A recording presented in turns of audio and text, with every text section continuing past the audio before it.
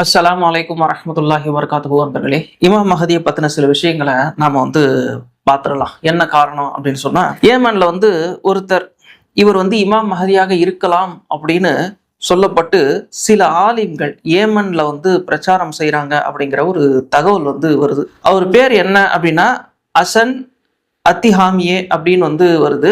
அவரை பத்தின விஷயங்களை நம்ம தேடி பார்க்கும்போது சுத்தமா கிடைக்கல அப்படிங்கிறது தான் நிஜம். நீங்க தேடினாலும் கூகுள்லயே இல்லை அப்படின்னு கூகுள் சொல்லுது. அதுக்கப்புறம் இன்னும் சில விஷயங்களை நம்ம தேடி பார்க்கும்பொழுது அதிகபட்சமாக பெருசா ஒண்ணுமே அவரை பத்தி கிடைக்கல அப்படிங்கிற அந்த ஒரு விஷயத்தை தான் இதுல நம்ம சொல்லிக் கொள்ளுகிறோம். ஆனா அதே சமயம் ஏமன்ல இருக்கக்கூடிய ஆலிம்கள், அரபு ஆலிம்கள் தான் அவங்களே இறை தூதர் சொன்ன அந்த இமாம் மஹதிக்கான அடையாளங்கள்ல 80% அடையாளங்கள் அவருக்கு பொருந்தி போகுது. அதனால எதிர்காலத்துல இறைவன் அவரை மஹதியா தேர்ந்தெடுக்கிறதுக்கான வாய்ப்புகள் உண்டு அப்படிங்கிற அந்த ஒரு விஷயத்த அவங்க சொல்றாங்க. அப்ப இதை நாம பார்க்கும் பொழுது அது எப்படி எடுத்துக்கொள்ளணும் அப்படிங்கிற ஒரு தெளிவு நமக்கு வேணும் இல்லையா? ஏன்னா எதிர்காலத்துல இறைவன் இப்படி நடந்து கொள்வான் வாய்ப்பு இருக்கிறது அப்படிங்கிற அந்த ஒரு விஷயம் உண்மையிலேயே எப்படிப்பட்ட ஒரு விஷயம் அப்படின்னா அபத்தமான ஒரு விஷயம். இறைவன் எப்படி நடந்து கொள்வான், எப்படி நடந்து கொள்ளணும் அப்படின்னு மனிதர்கள் மிக நிச்சயமா நாம சொல்ல முடியாது, கணிக்க கூட முடியாது அப்படிங்கிற அந்த ஒரு விஷயத்த நம்ம பார்க்கிறோம். அதுவும் இமாம் மஹதி அலைஹிஸ்ஸலாம் அவர்களை பத்தின விஷயத்தை பொறுத்த வரைக்கும் அது மிக மிக ரகசியமான ஒரு விஷயமாகத்தான் இருக்கிறது. இறைவனை தவிர வேறு யாரும் அவரை அறிய மாட்டார்கள். தேவையான நேரத்துல இறைவனே அவரை வெளியாக்குவான் அப்படிங்கிற அந்த ஒரு விஷயத்தை தவிர்த்து ஆய்வு செய்யறதுக்கு, ஒரு குறிப்பிட்ட மனிதர்களை ஆய்வு செய்யறதுக்கு இங்க ஒண்ணுமே கிடையாது. ஏன்னா இமாம் மஹதியை பத்தின செய்திகளை ஆய்வு செய்த மிகப்பெரிய ஆலிம்களே என்ன சொல்லியிருக்கிறாங்க அப்படின்னா, இவர் தான் உண்மையிலேயே இமாம் மஹதி அப்படிங்கிற அந்த ஒரு விஷயம் உங்களுக்கு உறுதியா தெரிஞ்சாலும் அவருக்கு நீங்க பையத்தை செய்ய வேண்டாம், இறைவனே அறிவிக்கக்கூடிய அந்த நேரம் வரைக்கும் அப்படின்னு தெளிவான ஒரு வரைமுறையை நமக்கு கொடுத்துருக்குறாங்க. அப்படிங்கிறதுனால இங்க யாரை பத்தியும் நாம யூகிக்க வேண்டிய அவசியம் இல்லைங்கிறது தான் இந்த இடத்துல நாம எல்லாருக்கும் சொல்லக்கூடிய ஒரு செய்தியா இருக்குது. இமாம் மஹதி சம்பந்தமான விஷயத்தை பொறுத்த வரைக்கும் பல பேர் அவருடைய வருகையை இன்னைக்கு எதிர்பார்த்துக்கிட்டு இருக்கிறாங்க. கோடிக்கணக்கான முஸ்லிம்கள் எதிர்பார்த்து கொண்டிருக்கிறார்கள். முஸ்லீம் அல்லாதவர்கள் கூட அவரை எதிர்பார்த்துக்கிட்டு இருக்கிறாங்க அப்படிங்கிற ஒரு விஷயம் நம்ம இந்த இடத்துல கண்டிப்பா சொல்லிதான் ஆகணும். அதே சமயம் எல்லா முஸ்லிம்களும் எதிர்பார்க்கிறார்களா அப்படின்னா மிக நிச்சயமாக கிடையாது. இமாம் மஹதியோடைய வருகைங்கிறது அவ்வளவு முக்கியத்துவமான வருகை கிடையாது அப்படின்னு சொல்லக்கூடிய முஸ்லிம்களும் இருக்கிறாங்க. இமாம் மஹதியை நம்ம ஏற்றுக்கொள்ள வேண்டிய அவசியமே இல்லை, அப்படி ஒரு கேரக்டரே கிடையாது, இறை தூதர் அப்படி சொல்லவே இல்லை அப்படிங்கிற நம்பிக்கையில இருக்கக்கூடிய முஸ்லிம்களும் இருக்கதான் செய்யறாங்க.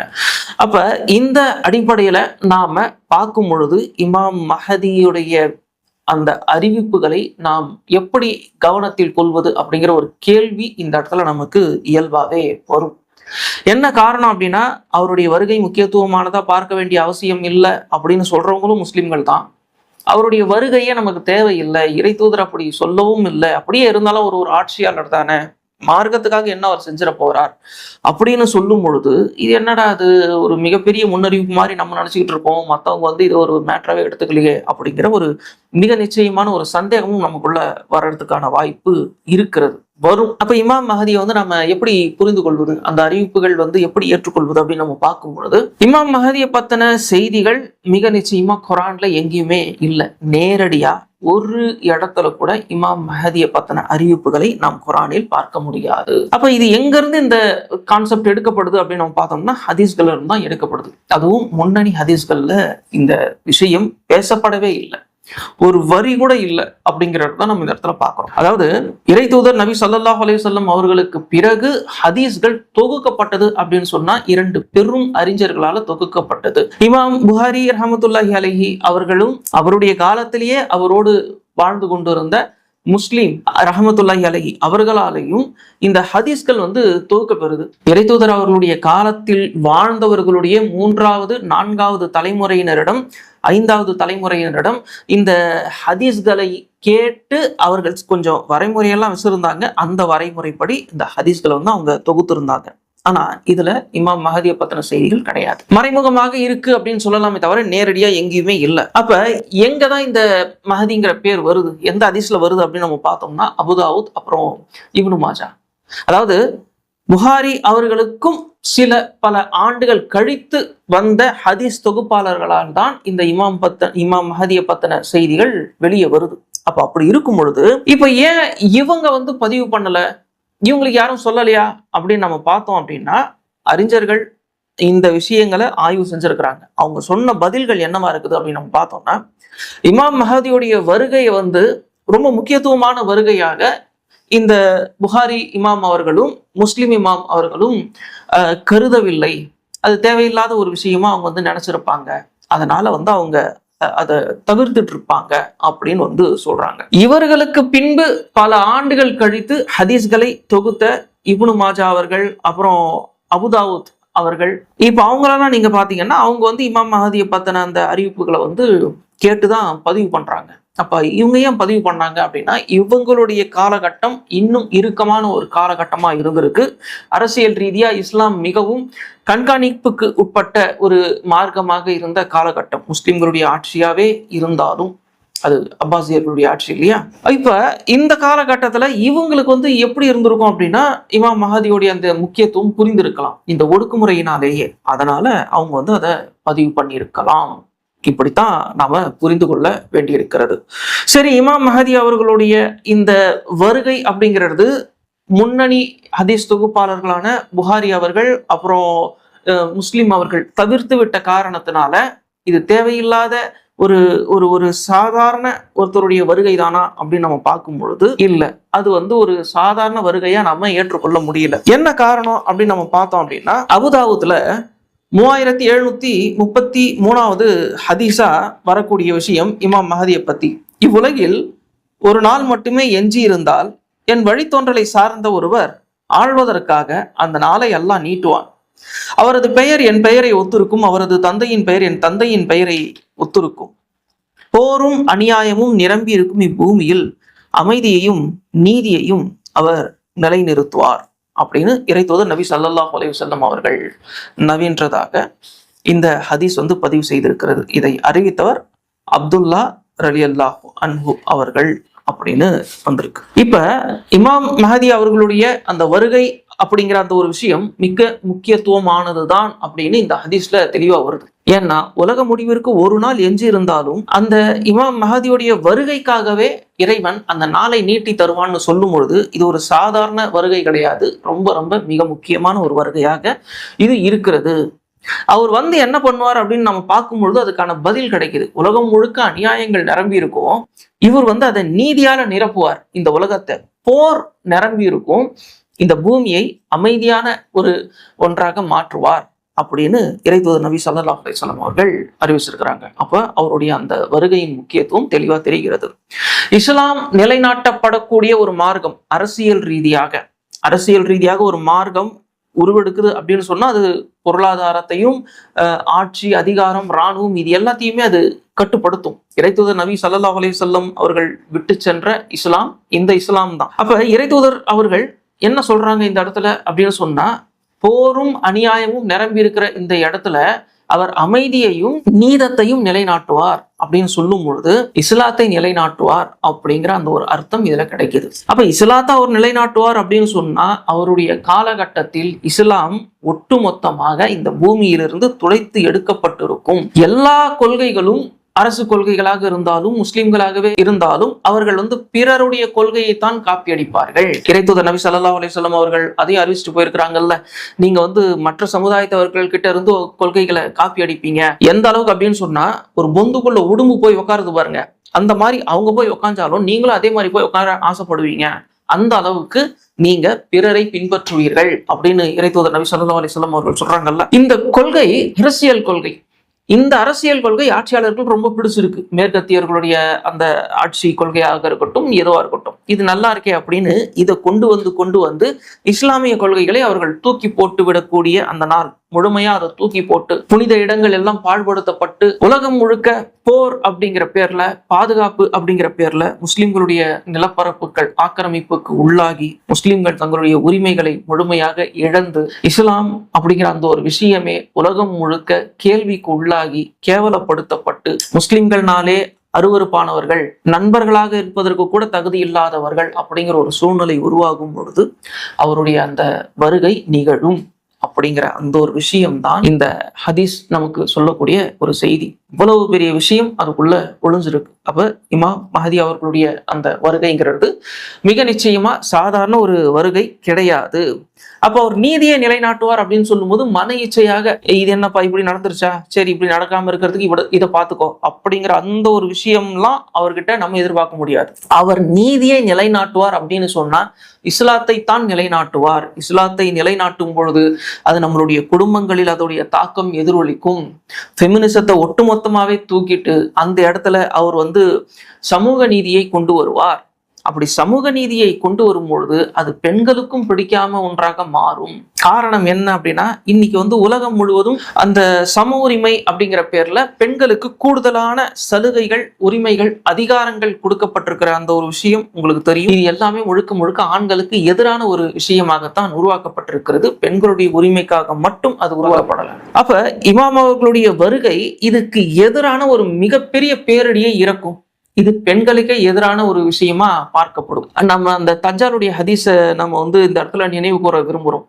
அதாவது தஜ்ஜால் வெளியே வரும் பொழுது நம்ம வீடுகள்ல இருக்கக்கூடிய பெண்கள் எல்லாருமே அவனோட சேர்றதுக்கு தான் ஆசைப்படுவாங்க. அந்த நேரத்துல இமாம் ஆட்சியில இருந்துகிட்டு இருப்பார், இமாம் மஹதியே ஆட்சியில இருந்துகிட்டு இருப்பார். ஆனா அந்த நேரத்துல இவன் வெளியே வரும் பொழுது அவனோட போய் சேர்றதுக்கு தான் பெண்கள்லாம் ஆசைப்படுறாங்க. அப்ப அந்த வீட்டுல இருக்கக்கூடிய ஆண்கள் தங்களுடைய மகளை, மனைவியை, தாயை, அத்தையை கட்டி போடுவாங்க. போகாதீங்க, சொல்றதை கேளுங்க, இந்த மார்க்கம் நீதியை நிலைநாட்டக்கூடிய மார்க்கம் அப்படின்னு அறிவுரையெல்லாம் சொல்லி அவர்கள் அங்க கட்டி போட்டு வைக்கக்கூடிய அந்த சூழ்நிலையெல்லாம் உருவாகும். அப்படிங்கிற அந்த ஒரு விஷயத்தை நம்ம இதோட பொருத்தி பார்க்கும்போது எப்படி நமக்கு தெரியுது அப்படின்னு சொன்னா, இமாம் மஹதியுடைய வருகை அப்படிங்கிறது உண்மையான இஸ்லாத்தை முழுமையாக உணர்ந்த பெண்களை தவிர்த்து மற்றவர்களுக்கு ஒரு மிகப்பெரிய ஒரு பாரமாகத்தான் இமாம் அவர்களுடைய அந்த வருகை இருக்கும் அப்படிங்கிற அந்த ஒரு விஷயத்த தெரிஞ்சு கொடுக்கிறோம். பெண்களுக்கு மட்டுமல்ல, ஆண்களுக்கும் தான். ஏன்னா பெண்களை மட்டுமே நீங்க குறிச்சி சொல்றீங்க அப்படின்னு சொல்லும் போது இமாம் மஹதிக்கு எதிராக நேரடியா போர் செய்யறது எல்லாமே ஆண்கள் தான். முஸ்லிம் ஆண்கள் தான் முதல்ல போரே தொடுக்கிறாங்க. அதையும் நம்ம இந்த இடத்துல பதிவு பண்றோம். அதே சமயம் நம்ம இந்த இடத்துல இன்னொரு முக்கியமான விஷயத்த நம்ம தெரிஞ்சுக்கிறோம். இறை தூதர் நபி ஸல்லல்லாஹு அலைஹி வஸல்லம் அவர்களுடைய குடும்பத்தில் இருந்துதான் இமாம் அவர்கள் வருவார்கள் அப்படிங்கிற அறிவிப்பு. இது எல்லாமே சஹீஹ் ஹதீஸ்கள் தான். என்னுடைய பேர் அவருடைய பேரை ஒத்திருக்கும், என்னுடைய தந்தை பெயர் அவருடைய தந்தை பெயரை ஒத்திருக்கும், என்னுடைய தாயாரின் பெயர் அவருடைய தாயாரின் பெயராக ஒத்திருக்கும் அப்படின்னு வர்ற அந்த அறிவிப்புகள் எல்லாமே இருக்குது பாத்தீங்களா. இது எல்லாமே சஹீஹ் ஹதீஸ் தான். அவருடைய குடும்பத்தில் இருந்துதான் இமாம் அவர்கள் வருவார்கள் அப்படிங்கிறதுல மாற்று கருத்து கிடையாது. ஆனா இங்க ஒரு பிரச்சனை இருக்கு. எது இங்க இப்ப நபி ஸல்லல்லாஹு அலைஹி வஸல்லம் அவர்களுடைய குடும்பம், அந்த வம்சாவழி எங்க இருக்கு அப்படின்னு நம்ம தேடுனா கிடைக்காது. எங்க தேடினாலும் கிடைக்காது. ஏன்னா அவங்க எங்க இருக்காங்கன்னு யாருக்குமே தெரியாது. அதாவது இறை தூதர் நபி ஸல்லல்லாஹு அலைஹி வஸல்லம் அவர்களுக்கு பிறகு 4 கலீஃபாக்களுடைய ஆட்சியின் அந்த காலகட்ட முடிவுக்கு பிறகு இறை தூதர் நபி ஸல்லல்லாஹு அலைஹி வஸல்லம் அவர்களுடைய அந்த குடும்பம் அரசியல் நெருக்கடிக்கு உள்ளாச்சுங்கிறது எல்லாருக்குமே தெரியும். அவர்களுடைய பேரர்களான ஹசன் தன்னுடைய மனைவியாலேயே விஷம் கொடுத்து கொல்லப்பட்டார்கள். அதுக்கு காரணம் மனைவியுடைய அப்பா, அதாவது ஹசன் அவர்களுடைய மாமனார். அதுக்கு காரணம் முஆவியா அவர்களோட அவங்க அசிஸ்டண்டா இருந்துகிட்டு இருக்கிறாங்க. அது ரொம்ப சிக்கலா போய்கிட்டே இருக்கும். இந்த வரலாறுல இப்ப நம்ம பேச வேண்டாம். ஆனா ஒரு மிகப்பெரிய அரசியல் நெருக்கடி இருந்ததுனால்தான் இது நடந்தது. கூடவே சேர்ந்து ஹுசைன் அவர்கள் அதற்கு பிறகு கர்பலாவில் வைத்து கொல்லப்படுகிறார்கள். அதுக்கும் காரணம் அரசியல் தான். அதுக்கப்புறம் அந்த பெண்கள் மானபங்கப்படுத்தப்பட்டார்கள். இறை தூதர் அவர்களுடைய குடும்பத்து பெண்கள், நேரடி வாரிசுகள். அதுக்கப்புறம் மதீனாவில் அந்த குடும்பம் கொஞ்ச நாள் இருந்தது. ஆனா ஒரே இடத்துல அவங்கள தங்க விடல. நாங்க பள்ளிவாசலை விரிவுபடுத்துறோம், அங்க போங்க அப்படிங்கிறது. இன்னொரு இடத்துக்கு போனாக்கா அங்க ஒரு ஏதாவது காரணம் சொல்லி நீங்க இங்க போங்க அப்படின்னு சொல்றது. 24 மணி நேரமும் கண்காணிக்கப்பட்ட ஒரு குடும்பமாக அது மாறிடுச்சு. ஏன்னா இந்த மதீனாவுக்கு வரக்கூடிய கூட்டம் நேரடியா அந்த குடும்பத்தை போய் சந்திச்சுட்டு வர்றாங்க. எப்பவுமே அந்த வீடு மிகப்பெரிய கூட்டத்தால நிரம்பி வழியுது. இதனால சிரியால இருக்கக்கூடிய ஆட்சியாளர்களுக்கு ஒரு பயங்கரமான மன அழுத்தம் இருந்துகிட்டே இருந்தது. எப்ப வேணாலும் மறுபடியும் இவர்கள் வந்து அரசியலை கையில எடுக்கலாம் அப்படிங்கிறதுக்காக. அதனால தொடர்ந்து அவங்க வந்து மன ரீதியா துன்புறுத்தப்பட்ட காரணத்தினால ஒரு கட்டத்துக்கு மேல மதீனால இருந்தே அவங்க வந்து வெளியே போயிட்டாங்க. எகிப்துக்கு போன மாதிரி செய்திகள் வருது. அதுக்கப்புறம் அவங்க என்ன ஆனாங்க அப்படிங்கிற அந்த ஒரு விஷயம் தெரியல. மிக நிச்சயமா அந்த குடும்பம் கொல்லப்படலை. அந்த நேரத்துல அவங்க தங்களுடைய அடையாளங்களை மறைத்து விட்டு வேற எங்கேயாவது போயிருக்கலாம், அவ்வளவுதான். இன்னைக்கு அந்த குடும்பம் எங்க இருக்குங்கிறது நமக்கு தெரியல. முதல்ல அவங்களுக்கே தெரியுதோ என்னவோ, ஏன்னா அந்த நெருக்கடி காரணமா அவங்க தங்களுடைய அந்த உண்மைகளை மறைத்து விட்டு இருக்கலாம். இதனால அந்த சந்ததிகளுக்கும் அவங்க தங்களுடைய அந்த இறை தூதர் நபி ஸல்லல்லாஹு அலைஹி வஸல்லம் அவர்களுடைய வாரிசுகள் அப்படிங்கிற அந்த ஒரு விஷயம் தெரியாமல் இருக்கலாம். அப்படின்னா இமாம் மஹதி அவர்களுடைய அந்த வருகையை வந்து நம்ம எப்படி தெரிஞ்சுக்க முடியும் அப்படின்னு நம்ம பார்க்கும்பொழுது, இமாம் மஹதியாக இறைவன் அந்த நேரத்துல யாரை தேர்ந்தெடுக்கின்றானோ அவர் இறை தூதர் நபி ஸல்லல்லாஹு அலைஹி வஸல்லம் அவர்களுடைய குடும்பத்தார் அப்படின்னு நாம தெரிஞ்சுக்க வேண்டியதுதான். இப்படித்தான் நாம புரிந்து கொள்ள வேண்டி இருக்கிறது. தவிர இதுல இன்னும் நம்ம கவனமா பார்க்க வேண்டிய ஒரு விஷயம் என்னன்னா, இமாம் மஹதி அவர்கள் இவர்தான் அப்படின்னு நாம நம்புறோம்ல, இதுவே நம்பிக்கை அடிப்படையில நம்புறதுதான். என்ன காரணம் அப்படின்னா, இப்ப நபி ஸல்லல்லாஹு அலைஹி வஸல்லம் அவர்கள் தங்களை வந்து இறை தூதர் அப்படின்னு அறிவிச்சாங்க. அதுக்கான ஆதாரமா நம்ம என்ன பார்க்கிறோம் அப்படின்னா குர்ஆன். இதை தவிர்த்து வேற ஒரு அற்புதங்கள் வந்து அவரு பெருசா நிகழ்த்தல. ஆனா குர்ஆனை ஏன் அன்னைக்கு எல்லாரும் பொறாமை கொண்டு பார்த்தார்கள் அப்படின்னு நம்ம பார்த்தோம்னா, அன்னிலிருந்து இன்னி வரைக்கும் அரபு உலகத்துல உயர்ந்த இலக்கிய தரம் வாய்ந்த ஒரு புத்தகம் அப்படின்னு சொன்னா குர்ஆன் தான். அதுக்கு இணையா அரபு உலகத்துல இன்னி வரைக்கும் எந்த ஒரு புத்தகமும் எழுதப்பட்டது கிடையாது. இதுல இன்னொரு விஷயமும் என்ன அப்படின்னா, அந்த குர்ஆன்ல சில வார்த்தைகள் இந்தந்த இடத்துலலாம் பிரயோகப்படுத்த முடியாது அப்படிங்கிற அந்த ஒரு வார்த்தைகள் எல்லாம் அது அந்த இடத்துல இறைவனால பயன்படுத்தப்பட்டிருக்கும். ஆச்சரியமா பார்த்தாங்க அன்னைக்கு அரபுகள், இதெல்லாம் எப்படி சாத்தியமாகுது, இந்த இடத்துல இந்த வார்த்தைகளே வராதே, ஆனா எப்படி இறைவனால வர வைக்க முடியுது அப்படின்னு. அதனால்தான் குர்ஆனை அவர்கள் ரொம்பவும் பொறாமையோடு பார்த்தார்கள். அதனாலதான் இறை தூதர் அவர்கள் மேல அவங்களுக்கு அவ்வளவு வெறுப்பு. ஏன்னா எழுத படிக்க தெரியாத ஒரு நபர் ஒரு உயர்ந்த இலக்கிய தரத்துல எப்படி ஒரு செய்தியை கொண்டு வர்றாரு, எழுதி கொண்டு வந்தாலும் பரவாயில்ல, வாயால சொல்றாரு, அதுக்கு எதிராக ஒருத்தரும் பதிலளிக்க முடியல அப்படின்னு சொல்லும் பொழுது அதுதான் ஒரு மிகப்பெரிய ஆதாரமா இருந்தது. அன்னைக்கு இந்த உலகத்திலேயே மிகப்பெரிய அரபு பண்டிதர்கள் அங்க இருந்தாங்க அப்படின்னு சொன்னா அவங்களுக்கு இது ஒரு மிகப்பெரிய ஆதாரம், இவர் இறை தூதர் அப்படிங்கிற அந்த ஒரு விஷயத்துக்கு. அதே மாதிரி அவருக்கு முன்னாடி ஈசா அலைஹிஸ்ஸலாம் இஸ்ராயல்களுக்காக அனுப்பப்பட்டவர். அவருக்கான ஆதாரம் என்ன அப்படின்னா, அவர் தந்தை இல்லாமல் பிறந்தது, அவருடைய தாய் ஒரு ஆணின் துணை இல்லாமலேயே கர்ப்பமானாங்க.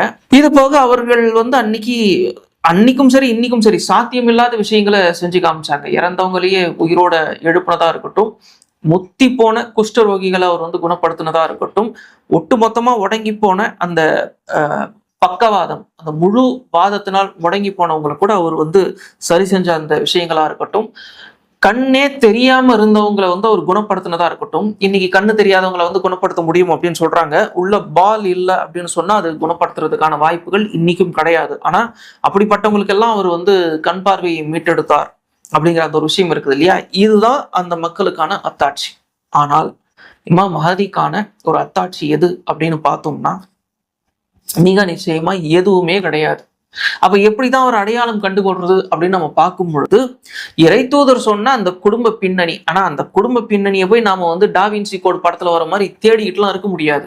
ஏன்னா அந்த குடும்பம் இப்ப எங்க இருக்குது அப்படின்னு தெரியல, அவங்களுக்கே இந்த விஷயம் தெரியுமான்னு தெரியல. அப்ப இறைவனால அவர் தேர்ந்தெடுக்கப்படும் பொழுது அவர் நமக்கு அடையாளம் காட்டப்படுவார். சரி, அவர் இறைவனால தேர்ந்தெடுக்கப்பட்டார் அப்படிங்கிற அந்த ஒரு விஷயத்துக்கு என்ன ஆதாரம் அப்படின்னு நம்ம பார்க்கும் பொழுது இதை நம்ம எப்படி புரிஞ்சு கொள்றோம் அப்படின்னா, ஒரு மிகப்பெரிய பிரச்சனை அந்த சவுதி அரேபியால நடக்குது. இன்னைக்கு இருக்கக்கூடிய அந்த சவுதி அரேபியால நடக்குது. இறை தூதர் நபி ஸல்லல்லாஹு அலைஹி வஸல்லம் அவர்கள் என்ன சொல்றாங்க அப்படின்னா, 3 சகோதரர்கள் வந்து பதவிக்காக போட்டி போட்டு கொண்டிருப்பாங்க. அந்த நேரத்துல வந்து அவர் வெளியாவார் அப்படின்னு இருக்கும். அதாவது இப்னு மாஜால 4074வது ஹதீஸ், அல்லாஹ்வின் தூதர் அவர்கள் கூறினார்கள், உங்களிடம் இருக்கும் புதையலை, அதாவது காபாவின் புதையலை எடுக்க 3 இளவரசர்கள் யுத்தம் செய்து முடிவில் ஒருவரும் வெற்றி அடைய மாட்டார்கள். அப்போது கிழக்கிலிருந்து கருப்பு கொடிகளை உடைய ஒரு படை வரும்.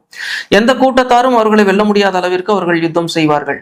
நீங்கள் அவரை கண்டால் பனிக்கட்டியின் மீது தவழ்ந்தேனும் அவரிடம் பையத் செய்து கொள்ளுங்கள், அவர்தான் அல்லாஹ்வின் கலிஃபா மஹதி ஆவார் அப்படின்னு. அப்ப இதுல இருந்து நம்ம புரிஞ்சு கொள்ளக்கூடிய விஷயம் என்ன அப்படின்னா, இமாமுடைய வருகை நடக்கணும் அப்படின்னு சொன்னா அங்க சவுதி அரேபியால அங்க அரச குடும்பம் தானே இருக்கு, அவங்களுக்குள்ள ஒரு பிரச்சனை நடக்கணும், மன்னர் வந்து அவருடைய அந்த செயல்பாட்டை இழக்கணும் அல்லது இறந்து போகணும். அப்ப சகோதரர்களுக்குள்ள ஒரு பிரச்சனைகள் வரும்பொழுது அங்க அரசாட்சி ஆட்டம் காணும். அப்போ மிகப்பெரிய பிரச்சனையை இந்த சமுதாயம் சந்தித்து கொண்டிருக்கக்கூடிய ஒரு சூழ்நிலை தான் இந்த ஹதீஸ் மூலியமா தெரியுது. விரிவா பேசினா இன்னும் நேரம் அதிகமாகும். அப்போ அந்த மாதிரியான சூழ்நிலையில, ரொம்ப கலவரமான ஒரு சூழ்நிலையில எந்த அளவுக்கு அந்த பிரச்சனை வந்து தீவிரமா இருக்கும் அப்படின்னா, ஒட்டுமொத்தமா இன்றைய சவுதி அரேபியா முழுக்கவே இந்த பிரச்சனைகள் வந்து நீண்டு போயிருக்கும் அப்படின்னு தான் புரிஞ்சுக்க முடியுது. ஏன்னா இமாம் மஹதியோடைய அந்த விஷயத்தை பத்தி இறைத்தூதர் நபி ஸல்லல்லாஹு அலைஹி வஸல்லம் அவர்கள் சொல்லும் பொழுது, அந்த நேரத்துல மதீனால இருக்கிறவங்க கூட மக்காவுக்கு போவாங்க, அதுல மஹதியும் ஒருத்தர் அப்படின்ற மாதிரி தான் சொல்றாங்க. அதாவது பல இடங்கள்ல கலவரம் நடக்குது. மதீனா வந்து ஒரு சேஃப்டியான இடம் கிடையாது, அது புனிதமான இடம் அப்படின்னு சொன்னாலும் அபயம் அளிக்கும் பூமி அப்படின்னு சொன்னா உலகத்திலேயே அந்த மக்கா மட்டும்தான். அப்ப அதை நோக்கி தான் மக்கள் வந்து போறாங்க. ஏகப்பட்ட மக்கள் போவாங்க, உள்ள போகிறது கூட இடம் இருக்காது. அப்படிப்பட்ட சூழ்நிலையில இமாம் மஹதியாக வரக்கூடியவரும் தன்னுடைய உயிரை காப்பாற்றிக் கொள்வதற்காக, தன்னை தற்காத்துக் கொள்வதற்காக அங்கதான் போறாங்க. அப்படிப்பட்ட சூழ்நிலையில் அவருடைய அந்த ஒழுக்கத்தை, கண்ணியத்தை, நேர்மையை பார்த்து இறைவன் அவரை மஹதியாக அந்த ஒரு இரவில் தேர்ந்தெடுக்கிறான் அப்படிங்கிற அந்த ஒரு விஷயம் தான் நமக்கு ஹதீஸ்ல கிடைக்கக்கூடிய ஒரு செய்தியா இருக்கு. இதுல அந்த ஒரு இரவுல தேர்ந்தெடுத்த அப்புறம் என்ன நடக்குது அப்படின்னா, அந்த காபாவை வந்து அவர் தவாஃப் பண்ணும் பொழுது, மக்களோட மக்களா பண்ணிக்கிட்டு இருக்கும் பொழுது அந்த பிரகாசமான அந்த தேஜஸ் அவருக்குள்ள தெரியும். அப்படிதான் நம்ம விளங்க வேண்டியிருக்கிறது. இவர் மட்டும் தனியா தெரிகிறாரே, நல்ல முகத்துல ஒரு பிரகாசம் இருக்கே, ஒரு நூறுன்னு சொல்லுவாங்க இல்லையா, அந்த மாதிரி வந்து இவருடைய உடல், முகம் எல்லாமே காட்சி அளிக்கிறேன்னு சொல்லிட்டு அங்க இருக்கக்கூடிய சில ஆலிம்கள் அவரை தனியாக அழைத்து சென்று அவருடைய அடையாளங்களை சோதிப்பார்கள். இறைத்தூதர் நபி ஸல்லல்லாஹு அலைஹி வஸல்லம் அவர்கள் சொன்ன அடையாளங்கள், அந்த நெற்றி விசாலமா இருக்கும், புருவம் இணைந்து இருக்கும், மூக்கு கூர்மையாக இருக்கும், இன்னும் அவருடைய அப்பா பேரு, அவருடைய அம்மா பேரு, இப்படி வரிசையா பல விஷயங்கள் இருக்கு. இன்னும் பலவிதமான அடையாளங்கள்லாம் சோதித்து அவர்களால உறுதி செய்யப்பட்டு அறிவிக்கப்படுங்கிறது தான் இங்க ஹதீஸ்ல இருக்குது. கொஞ்சம் யோசிச்சு பாருங்க. யாரோ ஒருத்தரை கூப்பிட்டு இவர்தான் அவர் அப்படின்னு சில ஆலிம்கள் அந்த இடத்துல அறிவிக்கும் பொழுது நம்பிக்கை அடிப்படையில தான் நம்ம ஏற்றுக்கொள்கிறோம். அப்ப இது எவ்வளவு பெரிய சோதனை பாருங்க. அப்ப இது அவர் உண்மையிலேயே மஹதி தானா, இல்ல இந்த சின்ன குரூப் ஒண்ணு இந்த உலகத்தையே ஆட்டி படைக்குதுன்னு சொல்றோமே, அந்த நேரத்துல அவங்க அதை பயன்படுத்திக்கிட்டா அப்ப இது எவ்வளவு பெரிய ஒரு சோதனையா இருக்கு பாருங்க. நம்ம ஏன் சொல்றோம் அப்படின்னா, அந்த சில பேர் சேர்ந்து ஒரு சில விஷயங்கள் அவர்கிட்ட கேட்டு அந்த அடையாளங்கள் ஆய்வு செஞ்சு இவர்தான் அப்படின்னு சொல்லும் பொழுது நம்பிக்கை அடிப்படையில ஏற்றுக்கொள்ள தயாரா இருக்கிறாங்க அப்படின்னு சொன்னா, அந்த நேரத்துல நிலைமை ரொம்ப மோசமா இருக்குது. இந்த முஸ்லிம் சமுதாயம், அப்புறம் இந்த உலகத்துடைய அந்த மிகப்பெரிய ஒரு பிரச்சனை, போர்னு போய் குடிக்க தண்ணியும் இல்லை, சாப்பிட சாப்பாடும் இல்லை, கூட இருக்கிற பல பேர் வந்து போர்னால பாதிக்கப்பட்டிருக்காங்க, இறந்துருக்காங்க, கை கால் இழந்திருக்காங்க, சொத்துக்கள் எதுவும் இல்லை, எல்லாமே போயிருச்சு. இப்ப இந்த சூழ்நிலையில யாராவது வருவாங்களா அப்படின்னு நம்ம பார்க்கும் பொழுது, இந்த ஒருவரை அடையாளம் கண்டு கொண்டு சில ஆலிம்கள் இவர்தான் அவர் அப்படின்னு சொல்லும் பொழுது வேற வழியே இல்லை, நம்பிக்கை அடிப்படையில தான் இவரை நாம ஏற்றுக்கொள்ள வேண்டியதா இருக்கு.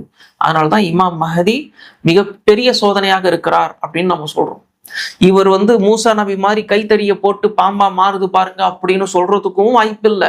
இறந்து போன ஒருத்தர் எழுப்பி ஈசா நபி அலைஹிஸ்ஸலாம் காட்டினாங்க பாருங்க, அந்த மாதிரியும் இவர் காட்ட மாட்டார். எந்த அற்புதமும் செய்யாத ஒருவர் இவர்தான் இமாம் மஹதின்னு சில பேர் அறிவிக்கும் பொழுது அவரும் அதை முதல்ல ஏற்றுக்கொள்ள மாட்டார். ஏன்னா அவர் உண்மையிலேயே இமாம் மஹதியா இருக்கிறதுனால, ஏன்னா மஹதியை பார்த்து பில்டப் ரொம்ப ஜாஸ்தியா இருக்கிறதுனால ஹதீஸ் தெளிவா சொல்லுது நம்பிக்கை அடிப்படையில் தான் இங்க ஏத்தாகணும் அப்படின்னு. அப்ப அவர் என்ன பண்றாரு அப்படின்னா, அந்த ஒரு இரவில் இறைவன் அவரை தூய்மைப்படுத்திய அந்த நேரத்துல அந்த ராஜ்ய பாரம் என்னங்கிறது அவருக்கு தெரியுது. இதுல நாம தப்பு பண்ணாலும் அல்லாஹ் நம்மளை தண்டிப்பான். ஒரு ஆட்சியாளரா உட்காந்து நாம வந்து தப்பு பண்ணாலும் அல்லாஹ் நம்மளை தண்டிப்பான். நமக்கு கீழே இருக்கக்கூடிய அதிகாரிகள், நிர்வாகிகள், இவங்க தப்பு பண்ணாலும், பொதுமக்களை வந்து உதாசீனப்படுத்தினாலும் சரி, அப்புறம் அவங்க கிட்ட லஞ்சம் வாங்கினாலும் சரி, இல்ல லாக்அப் டெத்துன்னு இங்க நடக்குது பாருங்க, இப்படி பண்ணாலும் சரி, கண்ணியம் இல்லாமல் நிர்வாகிகளும் அதிகாரிகளும் பொதுமக்களை பேசினாலும் அப்பவும் அல்லாஹ் நம்மளை தண்டிப்பான். அப்ப உண்மையான அந்த இஸ்லாமிய அரசாட்சி என்ன அப்படிங்கிறது அவருக்கு தெரியும். அதனால அவர் என்ன பண்றாரு, அந்த பயத்தினால இந்த பாரமே எனக்கு வேண்டாம் அப்படின்னு அவர் மறுப்பார். இதை தான் நம்ம அடையாளமா எடுக்க முடியும். வெளிப்பார்வைக்கு எவ்வளவோ வற்புறுத்தியும் முடியாது அப்படின்னு சொல்லும் பொழுது தேவைப்பட்ட கழுத்துல கத்தியும் வைப்பாங்க அப்படின்னு இறை தூதர் நபி ஸல்லல்லாஹு அலைஹி வஸல்லம் அவர்கள் சொல்லியிருக்காங்க. அப்ப அப்படிப்பட்ட சூழ்நிலையில இமாம் மஹதி அவர்களை நம்பணும் அப்படின்னு சொன்னா இந்த மாதிரியான அடிப்படையில தான் நம்ப வேண்டி இருக்கிறது. வானத்திலிருந்து சத்தம் வரும் அப்படின்னு இருக்கு.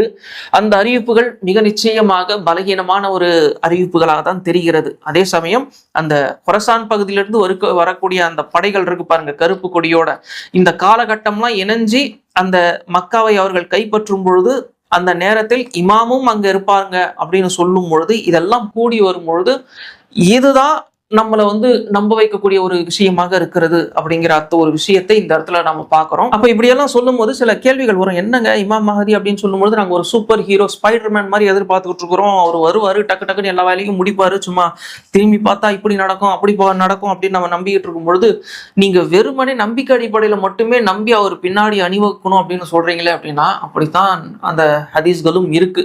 தவிர இமாம் மஹதி வந்ததுக்கு அப்புறம் போர்ல வெற்றி கிடைக்கும் அப்படின்னாலும் ஆரம்ப கட்டத்துல இழப்புகள் இந்த தரப்பு தான் அதிகமா இருக்கும்.